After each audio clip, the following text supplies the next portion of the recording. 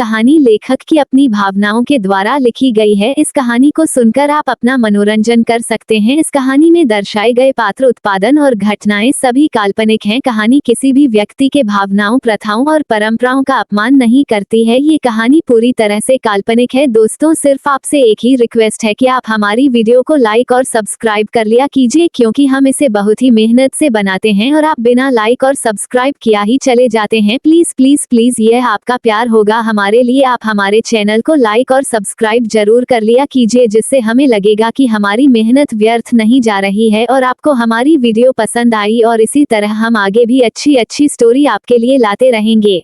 Episode 90, Rehan का इनकार। आपने अभी तक पिछले एपिसोड में सुना कि किस तरह रेहान अपने दिल की बात मयंक को बता देता है कि उसे उसकी बहन से शादी नहीं करनी है। वो पुराने बने रिश्तों में बंध कर नहीं रहना चाहता। अब आगे रेहान अपने मन की बात कहकर वहां से चला जाता है, क्योंकि अभी वहां उसे कोई नहीं दिखता। वह किसी को इस समय डिस्टर्ब नहीं कर सकता था।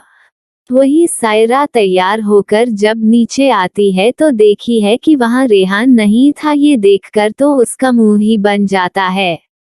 तभी वह अपने सर्वेंट से पूछता है कि रेहान कहाँ गया। उसकी सर्वेंट उसे बताती है कि रेहान बाबा जा चुके हैं। ये सुनकर तो सायरा का खून ही खो जाता है।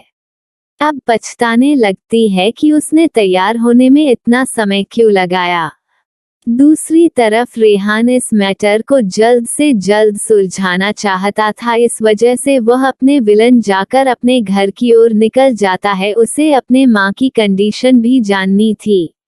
शायद इसी कारण से वह घर जाना चाहता था। वह जैसे ही अपनी मेंशन में पहुंचता है तो देखा है कि अभी सभी लोग लिविंग हॉल में बैठे हुए थे। वो सब रेहान को देखकर थोड़े आश्चर्य में पड़ जाते हैं, क्योंकि रेहान आने से पहले किसी को सूचित नहीं किया था और अचानक से इस तरह आ गया था। फिर भी ज्यादा ना सोचते हुए वह सब रेहान का वेलकम करते हैं। रेहान की माँ की कंडीशन भी थोड़ी ठीक हो चुकी थी, इस वजह से वह उठ बैठ सकती थी। पहले तो कुछ देर लोगों से इधर उधर की बातें करता है, फिर अपने सख्त इंप्रेशन के साथ कहता है कि मुझे आप लोगों से एक जरूरी बात करनी है। उसकी बात सुन के सभी लोग रेहान की तरफ देखते हैं। रेहान इस समय काफी गंभीर दिखाई पड़ रहा था, इसलिए वह भी थोड़ा सीरियस हो जाते हैं।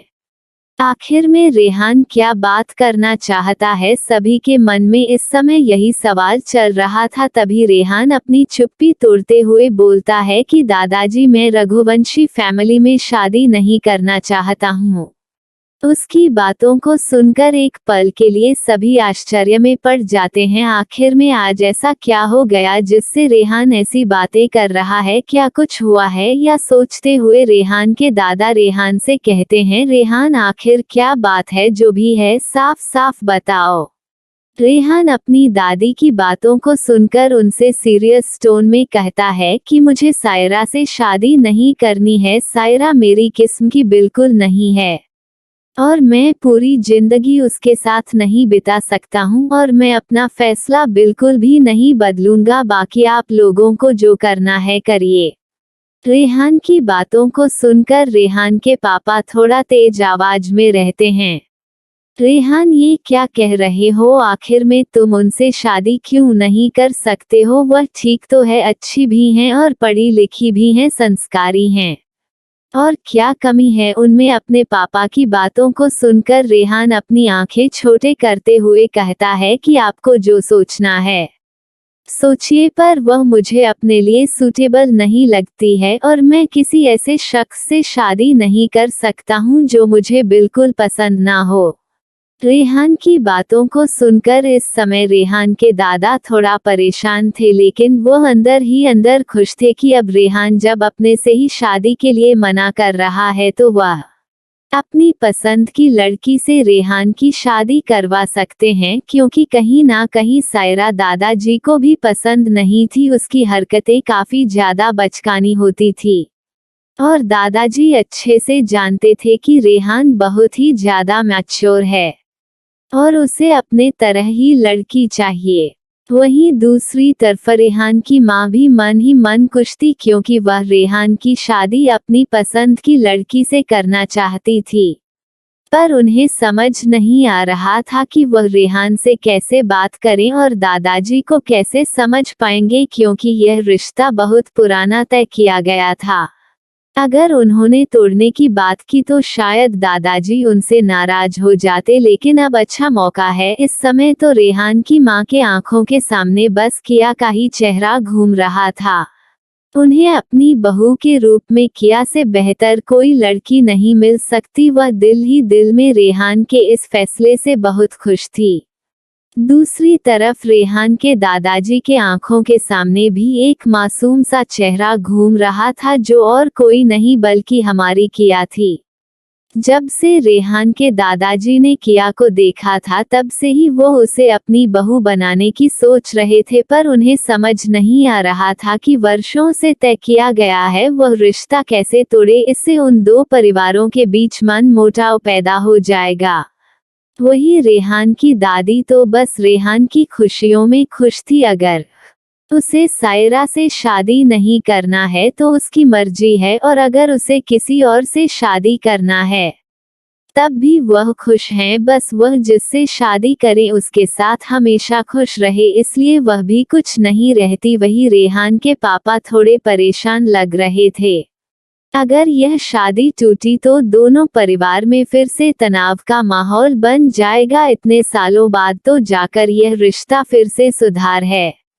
अब फिर से वही बात दोहराई जाएगी। उन्हें इस वक्त कुछ समझ नहीं आ रहा था। वह रेहान की तरफ देखते हुए कहते हैं कि आखिर में तुम्हारा करने का क्या मन है, तुम हमें साफ साफ बताओ। रेहान उनकी तरफ कोल्ड नजरों से देखा है और बस दो शब्दों में कहता है कि मुझे रघुवंशी फैमिली में शादी नहीं करनी है। बस मेरा लास्ट डिसीजन है। आप लोग मानते हैं तो सही हैं, अगर नहीं मानते हैं तो भी सही है। अब उसकी बातों को सुनकर रेहान के पापा परेशान हो जाते हैं। वह अपने बेटे को अच्छे से जानते हैं। अगर उसने एक बार मन बना लिया तो वह किसी की नहीं सुनेगा। रेहान वहां से उठकर अपने रूम में चला जाता है।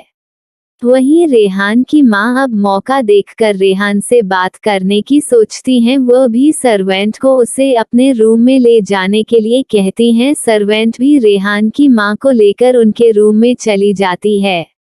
रूम में जाकर रेहान की मां अपने मन में खिचड़ी पकाने लगते हैं कि किस तरह वह रेहान को पहले फुलाकर अपनी बातों में ले। वह अच्छे से जानती थी कि रेहान उनकी बातों को मानने वाला नहीं है, लेकिन उन्हें अपने बेटे पर भरोसा था। अगर वह एक बार उसे लड़की से मिल लेगा तो शायद उसका मन बदल जाए। वह सिर्फ एक बार किया को रेहान से मिलना चाहती थी। इसी तरह रात बीत जाती है।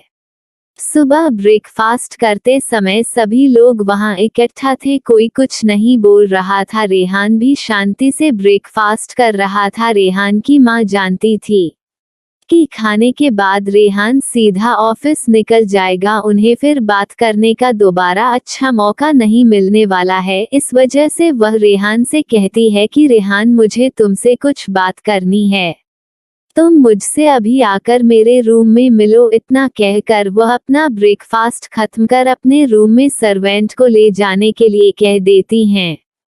थोड़ी देर में रेहान अपने माँ के रूम में होता है। रेहान अपनी बात शुरू करते हुए कहता है कि मॉम, आपसे मुझे क्या बात करनी है, आप बेझिझक होकर बोलिए। आपको इतना समय क्यों लग रहा है? क्योंकि अभी तक वह दोनों 5 मिनट से बिल्कुल शांत एक दूसरे के सामने बैठे हुए थे। कोई कुछ नहीं कह रहा था। रेहान ने ही चुप्पी तोड़ते हुए अपनी माँ से बोलने को कहा। उसकी माँ ने लंबी सांस लेते हुए रेहान की देर तरफ देखते हुए कहा, रेहान देखो, मैं तुमसे जो कुछ भी खाने जा रही हूँ, पहले तुम मेरी बातों को शांति से सुना, उसके बाद ही तुम अपनी राय देना। अपनी माँ की बात को सुनकर रेहान भी अपना सर हाँ हमें दिला देता है।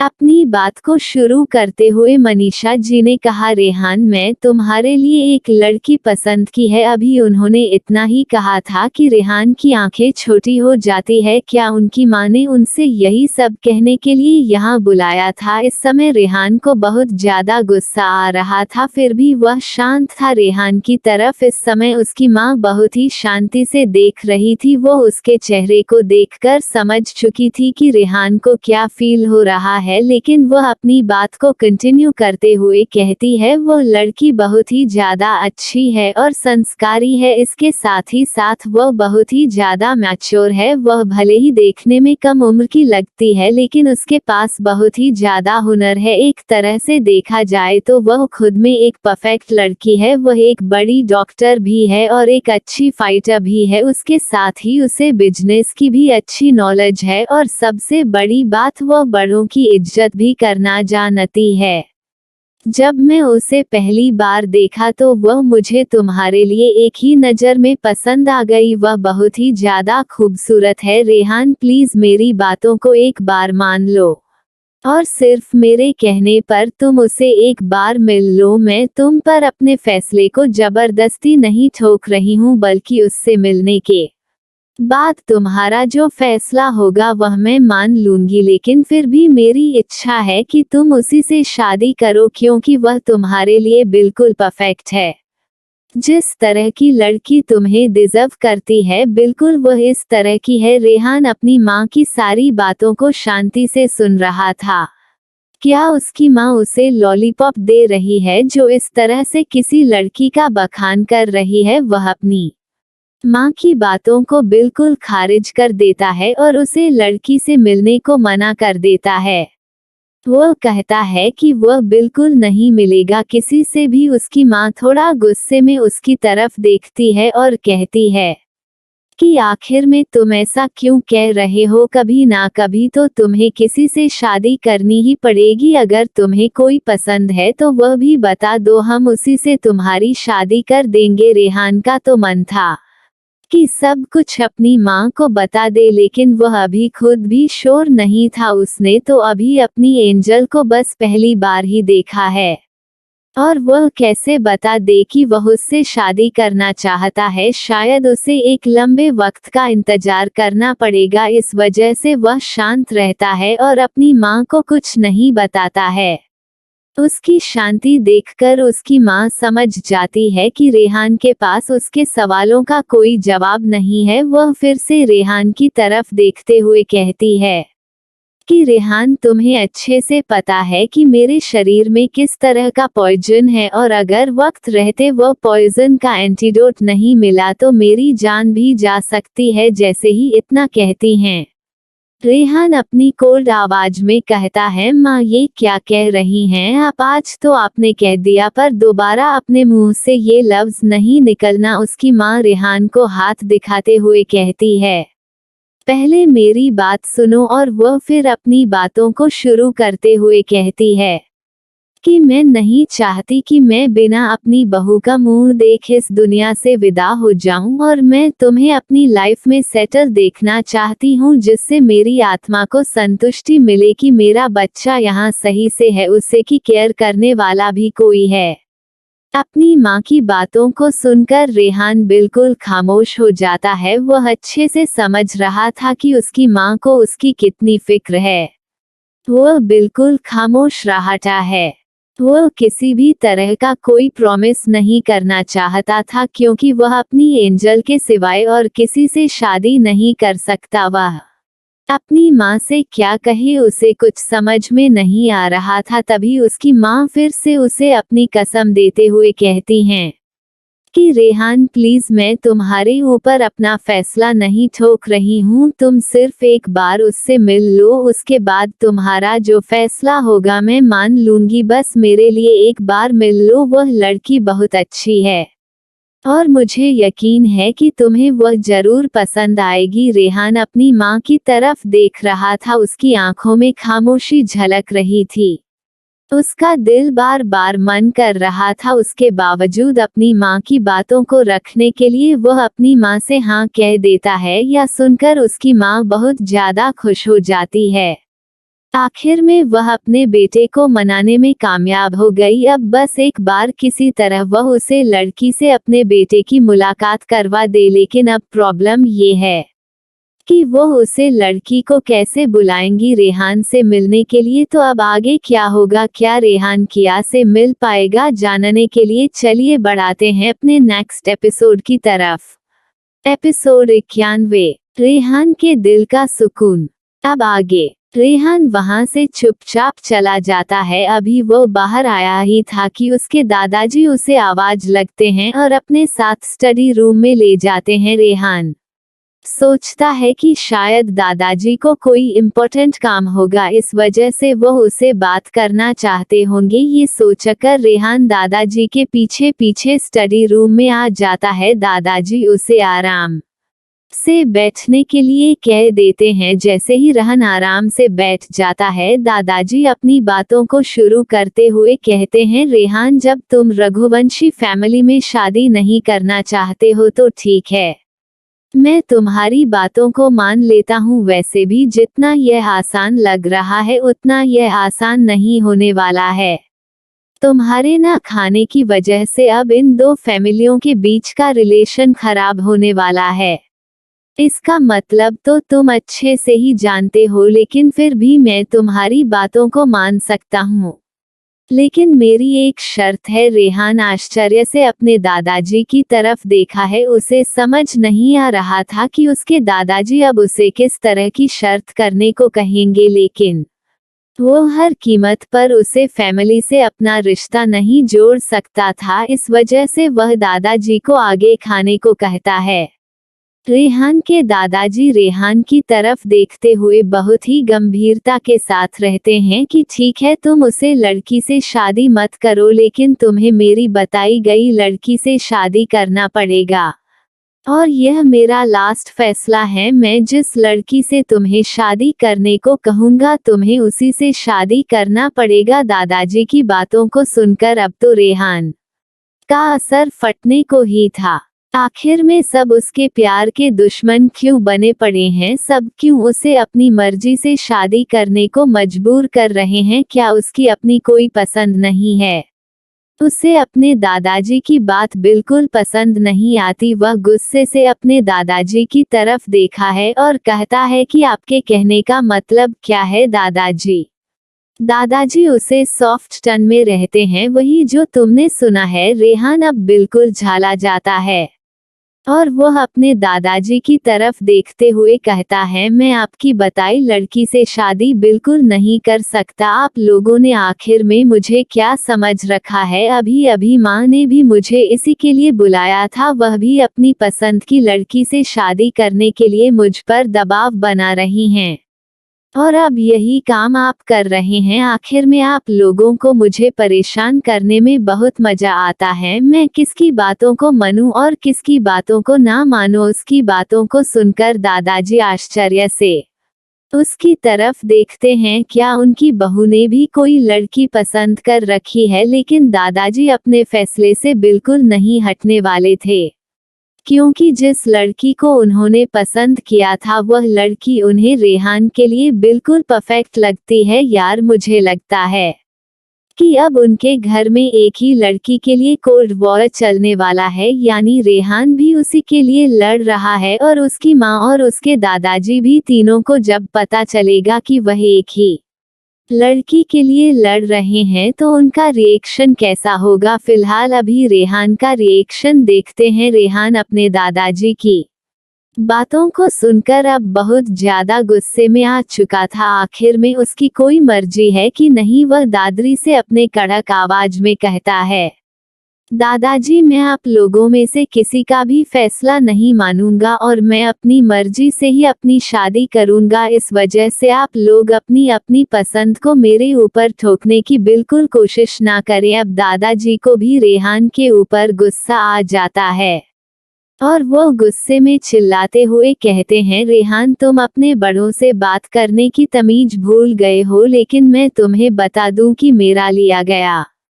फैसला लास्ट फैसला होगा, और तुम्हें इस लड़की से शादी करनी पड़ेगी जिससे मैं कहूँगा। अब रेहान का गुस्सा उसे कंट्रोल नहीं हो रहा था।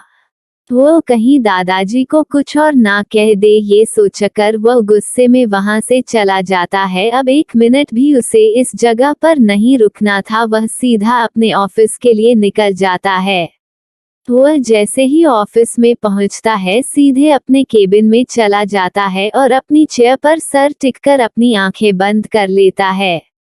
इस वक्त उसे बहुत ज्यादा गुस्सा आ रहा था, उसे फ्रस्ट्रेशन हो रही थी, उसे लग रहा था कि वह सांस भी नहीं ले पाएगा। क्यों सब कुछ इतना कठिन है, क्यों सब उसी के साथ होता है। उसका दिल बहुत ही ज्यादा बेचैन था। आंखें बंद करते ही किया का मासूम सा चेहरा उसके सामने आ जाता है।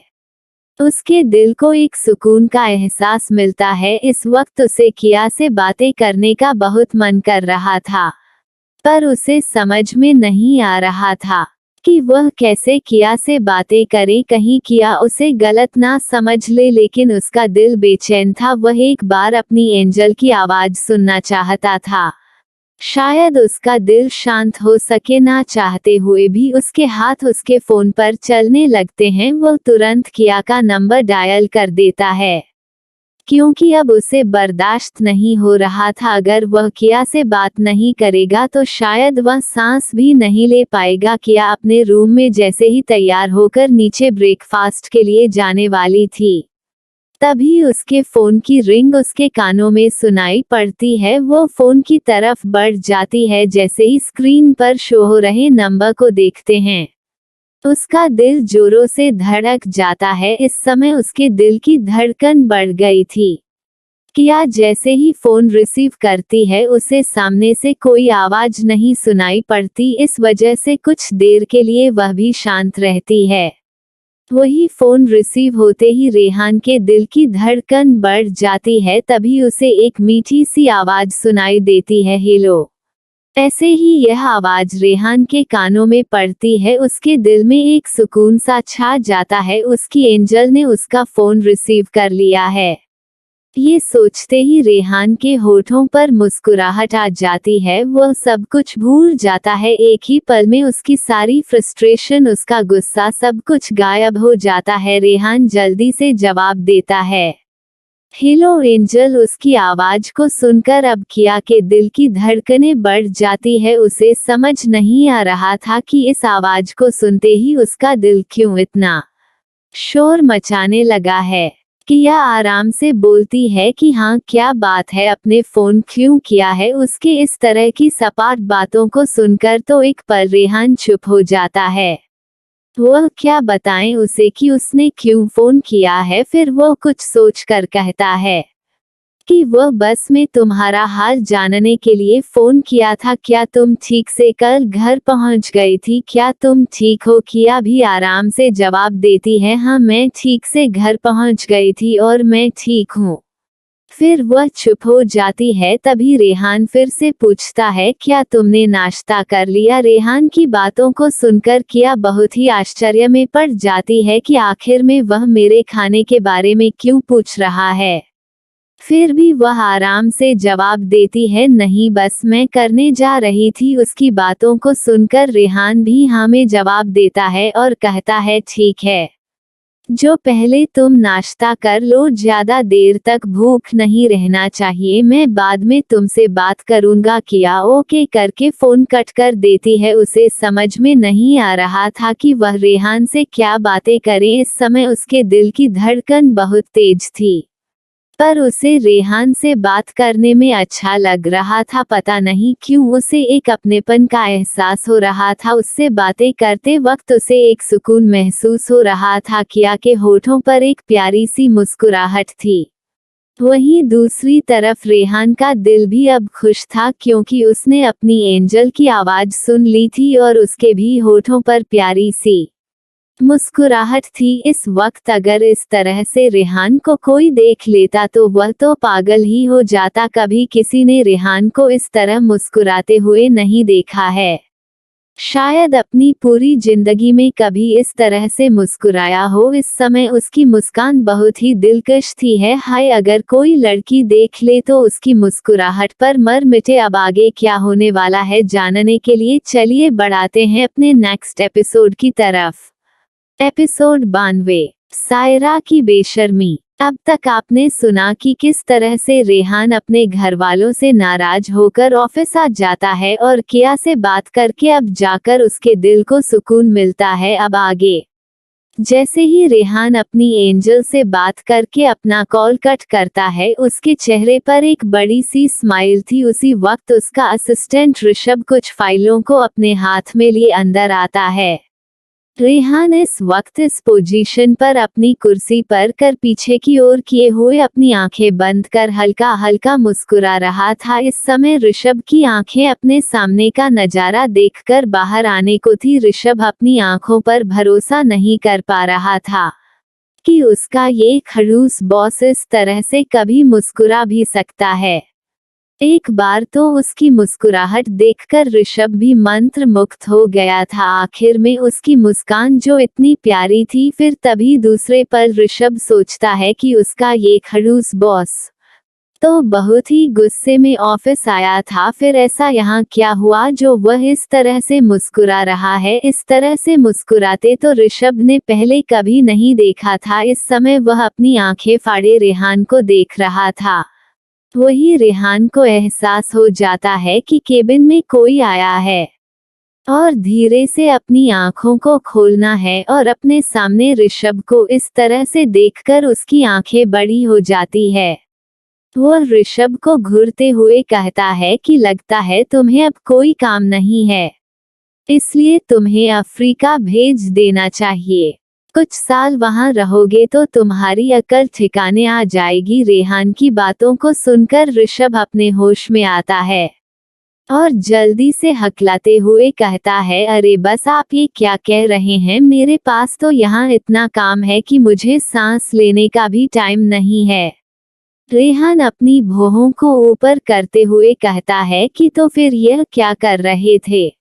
रेहान की बातों को सुनकर ऋषभ जल्दी से उसे अपने हाथों में पड़ी फाइल दिखाते हुए कहता है कि वह सर, इसमें आपका सिग्नेचर चाहिए थे, इस वजह से मैं आया था। रेहान उसे अपनी कोल्ड नजरों से एक बार देखा है और फिर फाइल रखने का इशारा करता है।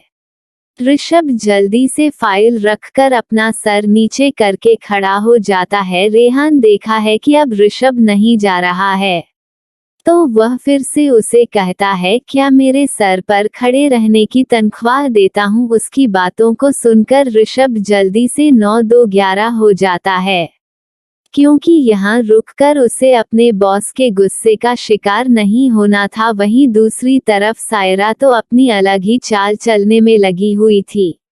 सायरा जो कि कल रेहान से नहीं मिल पाई थी, इस वजह से उसका मूड बहुत ही ज्यादा खराब था। वह अपना गुस्सा किसी पर निकलना चाहती थी।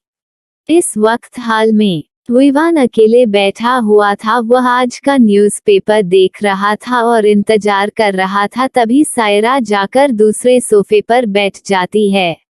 इस वक्त उसकी मेड जो उसकी चापलूसी करती रहती है, वह जल्दी से सायरा के पास आती है और पूछती है, मैडम आपको कुछ चाहिए क्या। सायरा अपनी मेड की तरफ देखते हुए कहती है, अरे तासी तुम क्या कर रही हो, थोड़ा यहाँ रुको। क्योंकि अब तक सायरा ने किया को ऊपर से आते हुए देख लिया था और अब वह सारा फ्रस्ट्रेशन किया के ऊपर निकलना चाहती थी, जिस वजह से उसे यह अच्छा मौका लग रहा था। तासी भी उसकी बात को सुनकर वहीं रुक जाती है। अब तक किया नीचे पहुंच चुकी थी, हालांकि अभी और कोई नहीं आया था, इस वजह से उसे भी थोड़ा इंतजार करना पड़ेगा। वह जाकर दूसरी तरफ सोफे पर बैठ जाती है। तभी सायरा किया को अपनी जिन भरी नजरों से देखते हुए कहती है, अरे तासी तुम्हें पता है कल हमने पार्टी में बहुत एंजॉय किया। उसकी बातों को सुनकर एक पल के लिए किया उसकी तरफ देखने लगती है। उसे समझ नहीं आ रहा था कि जिस तरह की कल उसकी बेइज्जती की गई थी, यह उसे एंजॉय लगता है तो फिर बाकी सब क्या लगता होगा उसे। तो इस वक्त अपने सामने बैठी इस बेवकूफ पर बहुत ज्यादा हंसी आ रही थी, लेकिन फिर भी वह शांति से अपना मुंह दूसरी तरफ कर लेती है और सामने पड़ी एक मैगजीन उठाकर पढ़ने लगती है। वही सायरा जब देखी है कि किया उसे देख रही है तो वह खुश हो जाती है और उसे अच्छा मौका लगता है किया को जलाने का। वह अपनी बातों को कंटिन्यू करते हुए कहती है कि काशी जानती हो कल रेहान ने मुझे अपने साथ डांस करने के लिए इनवाइट किया, हम दोनों ने बहुत ही अच्छा परफॉर्म किया। सभी लोग देखकर बहुत ही ज्यादा खुश हो रहे थे और हमारी जोड़ी को काफी ज्यादा सराह रहे थे। कई लोग तो ये भी कह रहे थे कि हम दोनों एक दूसरे के लिए बिल्कुल परफेक्ट हैं। उनका ये भी कहना था कि मुझे अच्छी लड़की रेहान को कभी नहीं मिल सकती और मैंने देखा है जब जब रेहान मेरे साथ होता है वो कितना ज्यादा खुश होता है। उसकी यह सारी बातें किया और उसका भाई विवान भी सुन रहा था। इस वक्त विवान को अपनी इस बेवकूफ बहन के ऊपर बहुत ज्यादा गुस्सा आ रहा था। कब रेहान इसके साथ इतना अच्छा हो गया। विवान को भी अच्छे से पता था कि रेहान सायरा को पसंद नहीं करता है, पर कल पार्टी में क्या हुआ था इस बारे में विवान को कुछ भी नहीं पता था, वरना वह अभी सायरा को एक अच्छा सबक सीखता। विवान उसकी बातों को इग्नोर करता है और फिर से वह अपने हाथों में पड़े न्यूज़पेपर को पढ़ने लगता है। वही किया को तो हंसी आ रही थी। क्या सच में रेहान ने इसे डांस करने के लिए अप्रोच किया था? क्या सच में रेहान इसके साथ रहता है तो बहुत खुश रहता है? पर उसने तो देखा था कि रेहान ने इसे अपने पास आने पर बहुत ज्यादा फटकार लगाया था। जब से किया यहाँ आई थी तब से उसने सायरा को बहुत अच्छे से नोटिस किया था। अब तक में वह अच्छे से समझ गई थी कि सायरा किस टाइप की लड़की है। उसे सायरा से कोई प्रॉब्लम नहीं थी जब तक कि सायरा उसके रास्ते में नहीं आती है, लेकिन अगर वह बार बार इसी तरह उसे परेशान करने की कोशिश करेगी तो वह कोई संत महात्मा नहीं है जो इतने आराम से इसे छोड़ देगी। वह इसे एक अच्छा सबक सिखाएगी। उधर सायरा अपनी लंबी लंबी फेंक रही थी, जिसे सुनकर विवान बहुत ज्यादा परेशान हो चुका था, पर किया बिल्कुल खामोश बैठी थी। सायरा को ये देखकर बहुत ज्यादा गुस्सा आ रहा था कि किया क्यों नहीं ज्वेलर्स फील हो रही है और कुछ रिएक्ट क्यों नहीं कर रही है। वो उसे जानबूझकर छेड़ रही थी जिससे वो कोई ऐसी हरकत करे कि सायरा सबकी नजरों में उसे नीचा गिरा सके, पर किया बिल्कुल शांत थी। वह सायरा के चेहरे को ही देखकर बता सकती थी कि इस वक्त सायरा के दिमाग में क्या चल रहा है। वही किया को किसी के आने की आहट महसूस हो जाती है। वो काफी ज्यादा अलर्ट रहती थी जिस वजह से वह किसी भी बात को बहुत ही जल्दी ऑब्जर्व कर लेती थी। इस वक्त उसे महसूस हो रहा था कि उनके पीछे कोई आ रहा है, पर वह एक बार भी पीछे देखने की जरूरत नहीं समझती है।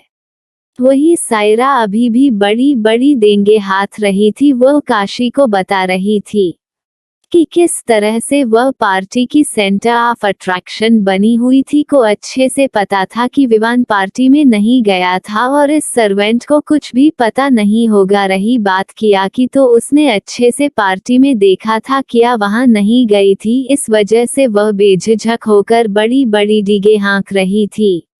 उसे इस वक्त बिल्कुल नहीं अंदाजा था कि उसकी बातों को पीछे खड़ा कोई सुन रहा है, और यह कोई नहीं था बल्कि मयंक था, जो कि अभी कुछ देर पहले सिक्योरिटी चेक करने के लिए बाहर गया था। और जैसे ही वह अंदर आया उसने सायरा की बातों को सुना, इस वजह से वह चुपचाप सायरा के पीछे खड़ा था। वह देखना चाहता था कि आखिर सायरा कितना ज्यादा गिर सकती है। उसे सायरा से इस तरह की उम्मीद बिल्कुल नहीं थी, क्योंकि सायरा हमेशा उसके सामने एक अच्छी बहन का किरदार निभाती थी। तभी उसकी नज़र किया पर भी पड़ती है। वह देखता है कि किया बिल्कुल खामोश थी और उसका पूरा फोकस उसके हाथ पर पड़े मैगजीन पर था। तो सायरा की बेशर्मी पर हैरानी हो रही थी। कल कितना ज्यादा रेहान ने उसे डांटा था, फिर भी इसके अंदर तो बिल्कुल किसी बात का कोई गिल्ट ही नहीं है। मयंक अपना सर झटक देता है। आखिर में वह समझ सकता था कि रेहान क्यों सायरा से शादी नहीं करना चाहता। जिस तरह की इसकी हरकत है, रेहान के जगह कोई और होता वह भी इससे शादी नहीं करता। वह देख सकता था कि सायरा किस तरह से किया को जलाने की कोशिश कर रही थी, पर मयंक को अच्छे से पता था कि किया को इससे कोई असर नहीं पड़ रहा होगा, क्योंकि वह जानता था कि किया रेहान को नहीं जानती है। अगर रेहान और किया एक दूसरे को जानते होते तो इस बारे में उसे भी पता होता, क्योंकि वह हमेशा रेहान के साथ रहता है। वह तो सायरा की बेवकूफ़ी पर हंस भी नहीं सकता था। आखिर में यह उसकी ही तो बहन है, पर वह कुछ कर भी नहीं सकता, सिर्फ बेबसी से। वह किया की तरफ देखा है। इस वक्त उसे किया से जाकर बात करने का मन कर रहा था, पर शायद उनका रिश्ता इतना अच्छा नहीं था। और जब भी मयंक और किया की मुलाकात हुई, ऐसी सिचुएशन में हुई कि मयंक का सोच भी नहीं सकता कि किया उसके बारे में क्या सोचती होगी। मयंक किया को एकटक देख रहा था। किया को भी अपने ऊपर मयंक की नजरें महसूस हो रही थी, लेकिन फिर भी किया एक बार की मयंक के तरफ नहीं देखी है। वही किया ने आज वाइट क्रॉप टॉप के साथ ब्लू जीन्स पहना हुआ था। वह बहुत ही मासूम और प्यारी लग रही थी। इस वक्त मयंक किया को बिल्कुल उसे खूबसूरत रूप में देख रहा था। जब अपना इस तरह का सांवला मेकअप करके नहीं रखती थी, आखिर में मयंक ने उसका असली चेहरा देखा था, तो उसके आंखों के सामने वही रूप आता है। अब आगे क्या होगा? क्या सायरा की इस हरकत पर मयंक उसे डांटेगा या फिर अभी भी चुप रहेगी? जानने के लिए चलिए बढ़ाते हैं अपने नेक्स्ट एपिसोड की तरफ। और दोस्तों, आगे बढ़ने से पहले प्लीज चैनल को लाइक और सब्सक्राइब जरूर कर लेना, जिससे नेक्स्ट वीडियो का नोटिफिकेशन आपको आसानी से मिल सके। एपिसोड 93, सायरा की जलन। अब तक आपने सुना कि किस तरह से सायरा अपनी सर्वेंट से लंबी लंबी फेंक रही थी और उसकी सारी बात पीछे से मयंक सुन रहा था। अब आगे। अभी तक विवान की नजर किया पर नहीं पड़ी थी, क्योंकि किया विवान के दूसरी साइड आकर बैठी थी और विवार ने पहले ही किया को देख लिया होता तो इस तरह सायरा के आवाज को सुनकर टॉर्चर नहीं हो रहा होता। वह उछलकर किया के पास पहुंच चुका होता। वही मयंक से जब बर्दाश्त नहीं होता तो वह तेज आवाज में सायरा को कहता है, मुझे लगता है सायरा, कल तुमने वाकई में पार्टी में ज्यादा एंजॉय किया। पीछे से आई हुई आवाज को सायरा अच्छे से पहचानती थी। आखिर में वह इस आवाज को कैसे नहीं पहचानती? उसका मुंह तो बिल्कुल काला पड़ चुका था, उसके गले से अब आवाज नहीं निकल रही थी। क्या उसके बड़े भाई ने सब कुछ सुन लिया? क्या वह मेरे पीछे खड़े हैं? और कब से खड़े हैं? इस समय तो सायरा के दिल की धड़कन डर की वजह से बढ़ गई थी। उसका आज तक का बना बनाया अच्छी बहन का रिपुटेशन बर्बाद हो गया।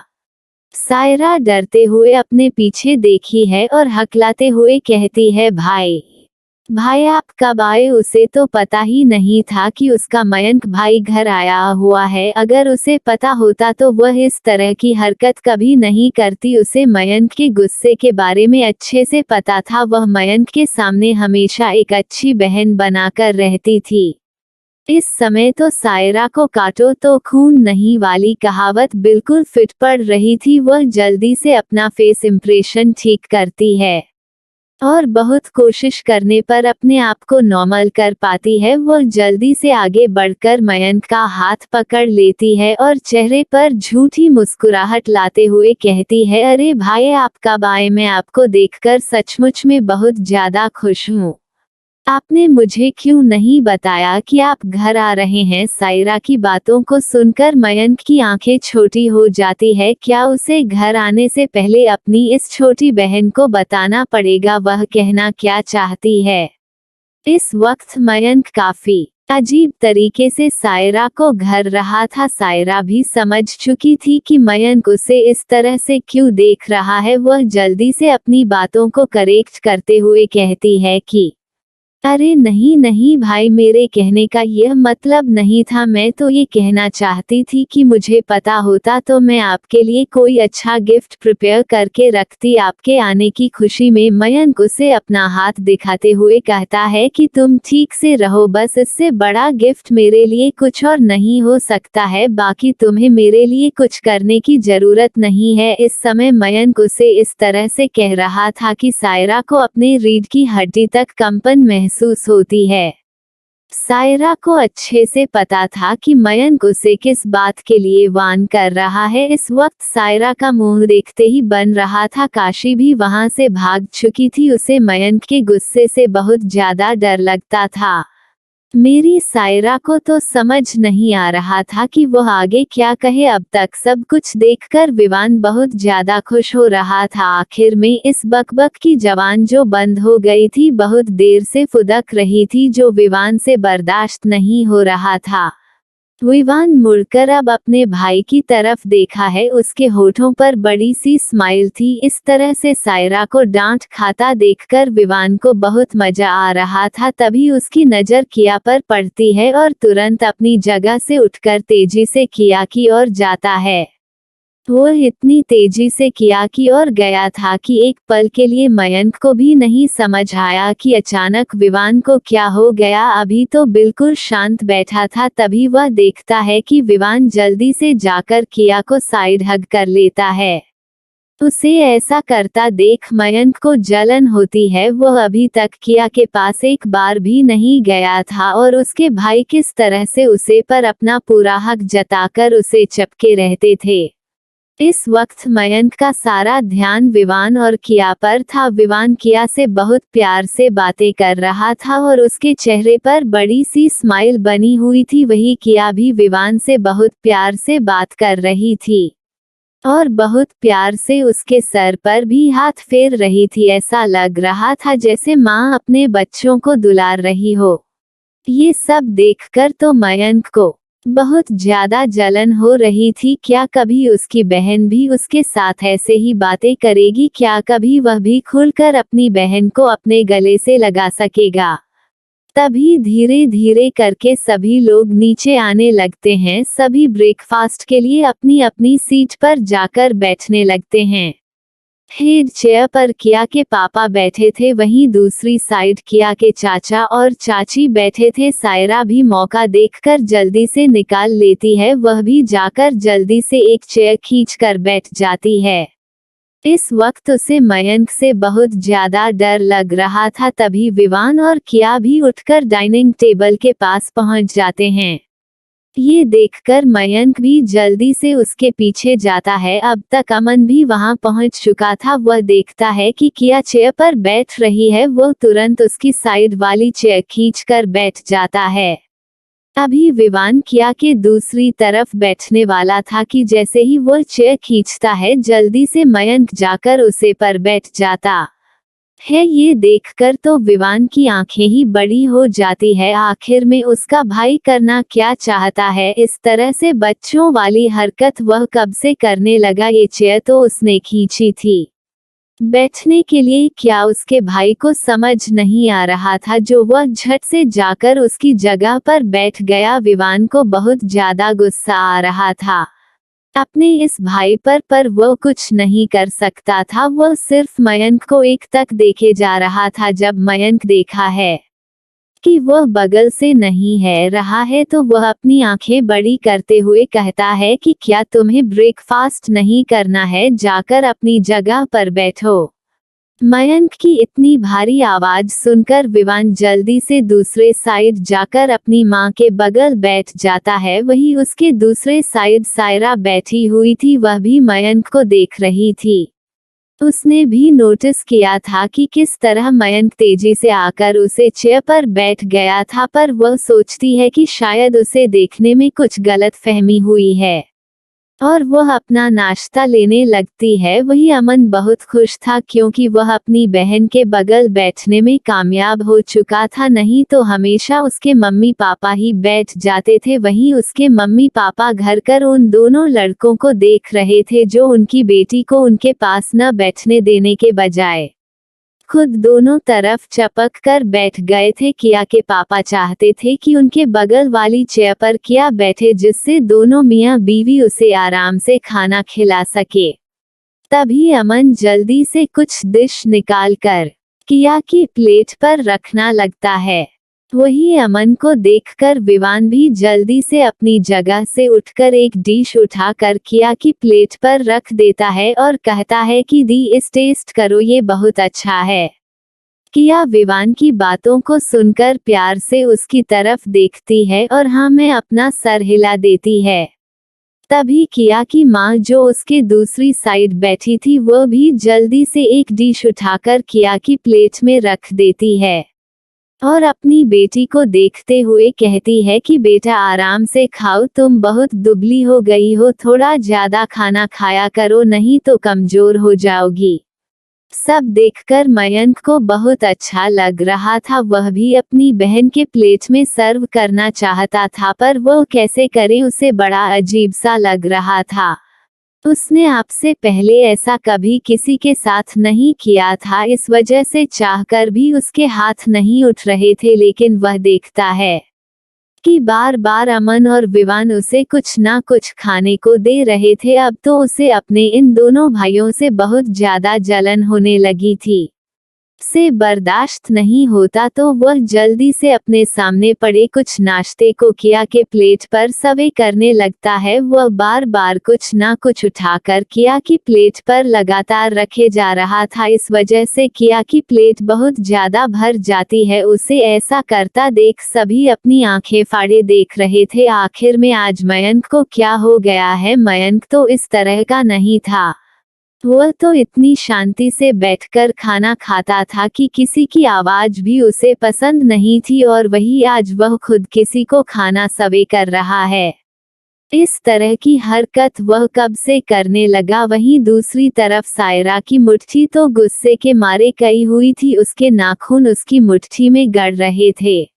इस वक्त उसे इतना ज्यादा गुस्सा आ रहा था कि वह सबका खून कर दे। उसके तीनों भाई पागल हो गए हैं क्या? वह इस गांव की गंवार लड़की को कैसे इतना ज्यादा रिस्पेक्ट दे सकते हैं?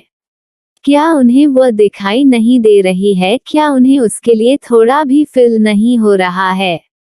सायरा का तो दिल कर रहा था कि वह अभी के अभी उठे और किया की जान ले ले। आखिर में वह कैसे उसकी जगह पर आ सकती है?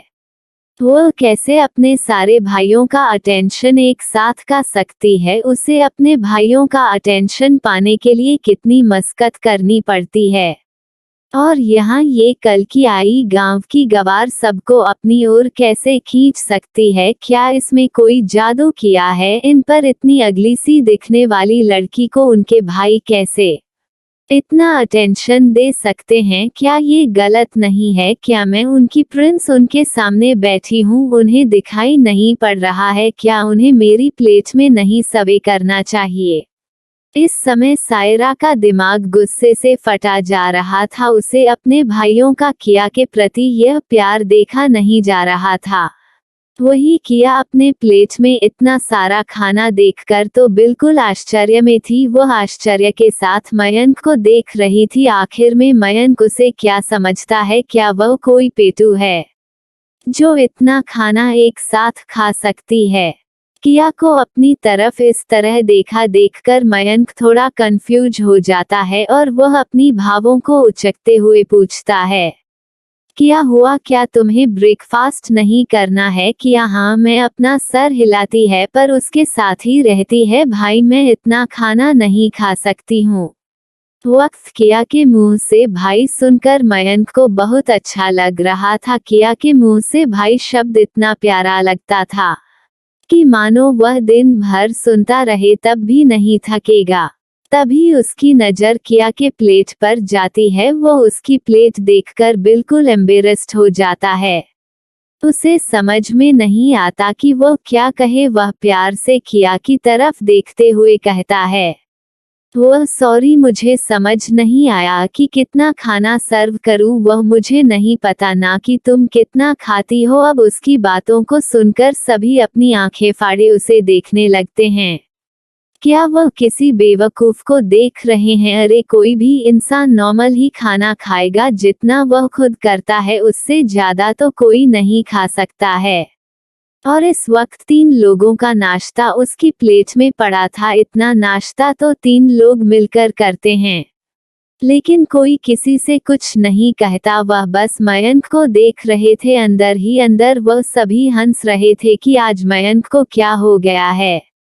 वही अमन एक अच्छे भाई की तरह जल्दी जल्दी किया के प्लेट से नाश्ते को काम करता है और प्यार से उसके सर पर हाथ फेरते हुए कहता है कि बच्चा अब खाओ, अब ठीक है क्या? भी हाँ में कर हिलती है और चुपचाप फिर से नष्ट करने लगती है। इस समय मयंक को इतना शर्मा रहा था कि वह यहाँ से भाग जाना चाहता था। एक तो जिंदगी में पहली बार उसने किसी के लिए कुछ किया और वह भी इतना ज्यादा गड़बड़ हो गया। वह चुपचाप अपना सर नीचे करके नाश्ता करने लगता है।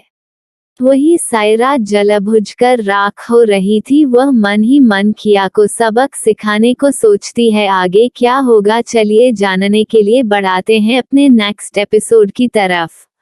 एपिसोड 94, मनीषा जी का सीक्रेट। दोस्तों, आप लोगों ने कमेंट किया है कि मैं पीछे की स्टोरी अधूरी छोड़ी है, तो आपको बता दूं कि मैं एक वक्त पर एक ही स्टोरी लिख पाती हूँ। मेरे पास ज्यादा टाइम नहीं होता है, लेकिन ये बात बिल्कुल गलत है कि मैं उन स्टोरी को पूरा नहीं करूंगी। जैसे ही यह स्टोरी पूरी हो जाएगी मैं पिछली स्टोरी को फिर से शुरू कर दूंगी और अपनी सभी स्टोरी को पूरा करूंगी। लेकिन अभी एक टाइम पर सिर्फ एक ही स्टोरी लिख सकती हूँ। इसके लिए आपसे माफी चाहती हूँ, पर पीछे की सभी स्टोरी पूरी होगी, इसलिए आप लोग या बिल्कुल ना सोचे कि स्टोरी आधी अधूरी छोड़ दूंगी। अभी आपको यह अच्छी लगती है तो यही दे रही हूँ। अब तक आपने सुना कि किस तरह से किया पर अपने भाइयों को प्यार लुटाता देखकर सायरा की जलन बर्दाश्त के बाहर हो जाती है और वह किया को सबक सिखाने को ठनती है। अब आगे राजवंशी विला। मनीषा जी किसी से कॉल पर बात कर रही थी। इस वक्त वह बहुत ज्यादा ही गंभीर दिखाई पड़ रही थी।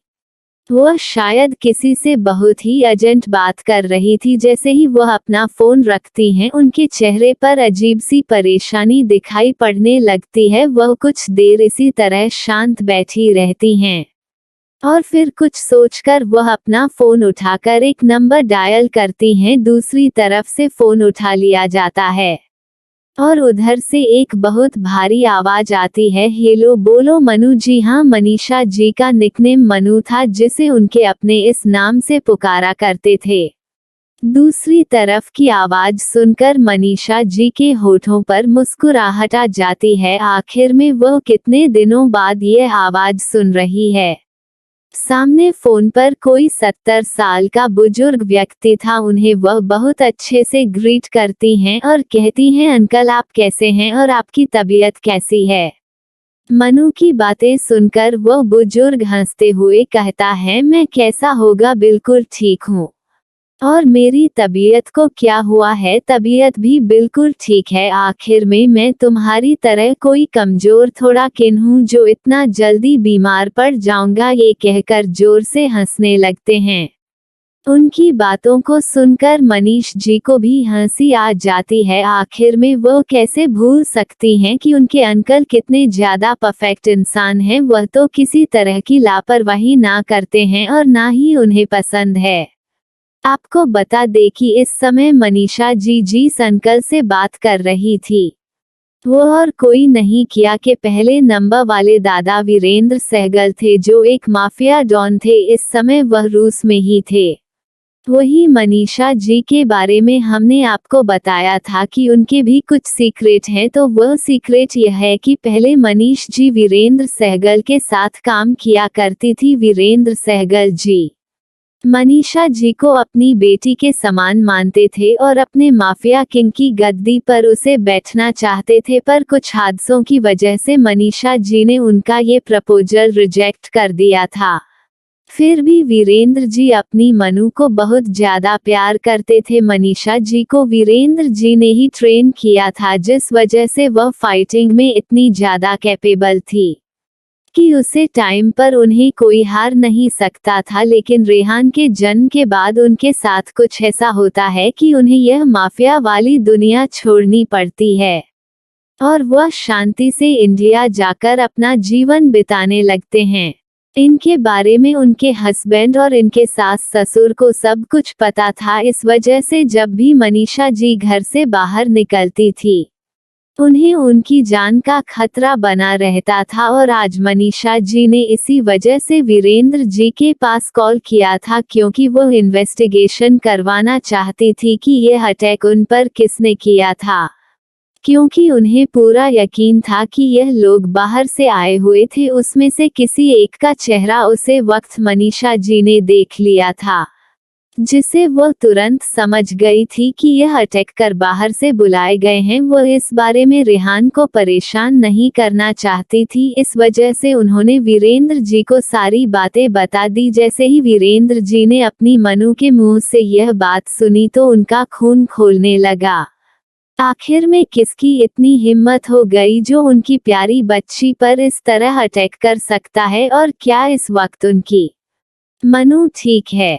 वो घबराहट के साथ पूछते हैं, मनु क्या तुम ठीक हो? मनीषा जी बड़े ही आराम से कहती हैं, हाँ अंकल मैं बिल्कुल ठीक हूँ, आप बिल्कुल परेशान ना होइए, बस मुझे इनके बारे में सारी डिटेल पता करके बताइए। तभी वीरेंद्र जी कहते हैं, मनु तुम बिल्कुल फिक्र ना करो, मेरी पोती इस समय इंडिया में ही है। उनकी बातों को सुनकर मनु को कुछ समझ नहीं आया। वह उनसे पूछता है कि कौन सी पोती, क्योंकि उन्हें पता है इनकी 2 पोती है। तभी वीरेंद्र जी हंसते हुए कहते हैं, अरे और कौन, अपनी माफिया क्वीन। उनकी बातों को सुनकर मनीषा जी के होठों पर मुस्कुराहट आ जाती है और वो वीरेंद्र जी से कहती हैं, अंकल फिर आप अपनी इस लाडली प्रिंस से मेरी मुलाकात क्यों नहीं करवा देते? कब से सुनते आई हूँ बड़ाई करते आपकी जबान नहीं थकती है, लेकिन जब भी मिलने की बात आती है आप टाल जाते थे कि वह इंडिया नहीं जाएगी।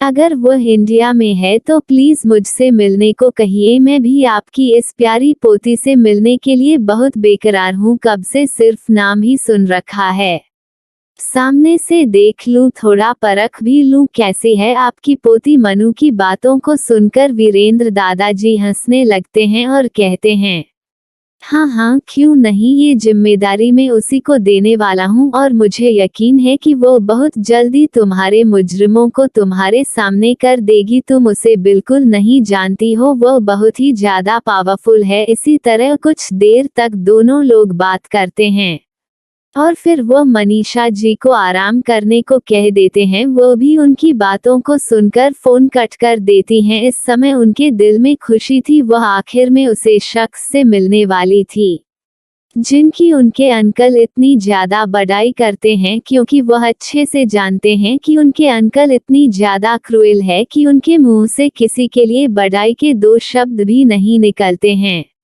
अगर वो उनकी इतनी बड़ाई करते हैं तो जरूर उसे लड़की में कुछ तो खास होगा। अब तो मनीष जी से बिल्कुल वेट नहीं किया जा रहा था। जैसे ही मनु का फोन कट होता है वीरेंद्र जी तुरंत किया के पास फोन लगा देते हैं। बहुत दिन हो गए थे उन्हें किया से बात किए हुए और उनकी इस प्यारी बेटी का मामला भी बहुत ज्यादा सीरियस था, इस वजह से वह चाहते थे कि इस मामले को किया संभाले। उन्हें पता था कि किया हर तरह के एंटीडोट बना लेती है, अगर वह इस मामले को संभाल लेगी तो उनकी प्यारी बेटी को कुछ नहीं होगा। वहीं दूसरी तरफ फोन के रिंग की आवाज सुनकर किया अपना फोन उठाती है और बहुत ही प्यार से अपने दादाजी को ग्रेट करती है। किया की आवाज सुनकर वीरेंद्र दादाजी के होठों पर बड़ी सी मुस्कुराहट आ जाती है। आखिर में उनके इस प्यारी पोती की आवाज ही इतनी प्यारी है जिसे कोई भी सुनकर बिना मुस्कुराए ना रह जाए।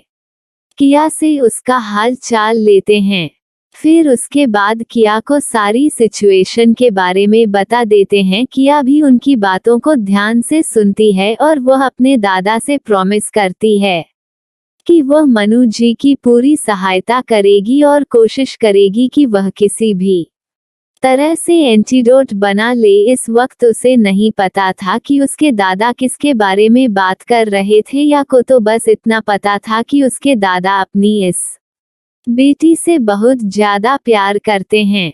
फिर मैं जब तक किया को दादाजी ट्रेनिंग करवा रहे थे तब तक वो अपनी मनु का ही उदाहरण दिया करते थे। इस वजह से किया उनके बारे में सब कुछ जानती थी, बस यह नहीं जानती थी कि उनकी प्यारी बेटी मनु उसकी वही आंटी है जिसकी जान अभी कुछ दिन पहले किया ने बचाया था। वह दादाजी से उनका एड्रेस ले लेती है। इस समय किया को मनीषा जी के दूसरे बंगले का एड्रेस दिया गया था, क्योंकि मनीषा जी नहीं चाहती थी कि यह बात उनके घर में किसी को पता चले। वो बहुत शांति से इस केस को सुलझाना चाहती थी, इसलिए अपने दूसरे विला का एड्रेस वीरेंद्र दादाजी को दिया था। किया भी अपनी मनु आंटी से मिलना चाहती थी। उसे पता था कि जिस तरह से वो उन्हें अच्छी तरह से जानती है, इस तरह से उन्हें भी उनके बारे में पता होगा, क्योंकि वह अपने वीरेंद्र दादाजी को अच्छे से जानती थी। जरूर वीरेंद्र दादाजी ने किया के बारे में सब कुछ आंटी को बता दिया होगा। कुछ देर सारी बातें करने के बाद किया फोन रख देती है। इस वक्त वह अपने रूम में अपना काम कर रही थी। वो कुछ मैसेज टाइप करके शंकर को भेज देती है और फिर से अपना काम करने लगती है। तो दोस्तों, अब आगे क्या होगा जब किया और मनीषा जी का आमना सामना होगा, और उसे वक्त क्या होगा जब मनीष जी रेहान से किया को मिलवाएगी, वह आगे स्टोरी और भी इंटरेस्टिंग होने वाली है। आप लोग क्या कहते हैं? दादाजी को भी किया से मिलवा दिया जाए, इन सब के सामने किया का असली चेहरा आ जाए। जल्दी से कमेंट करके बताएं। मिलते हैं आपसे नेक्स्ट एपिसोड में। जाने से पहले एक ही रिक्वेस्ट है कि चैनल को लाइक और सब्सक्राइब जरूर कर लीजिए। धन्यवाद।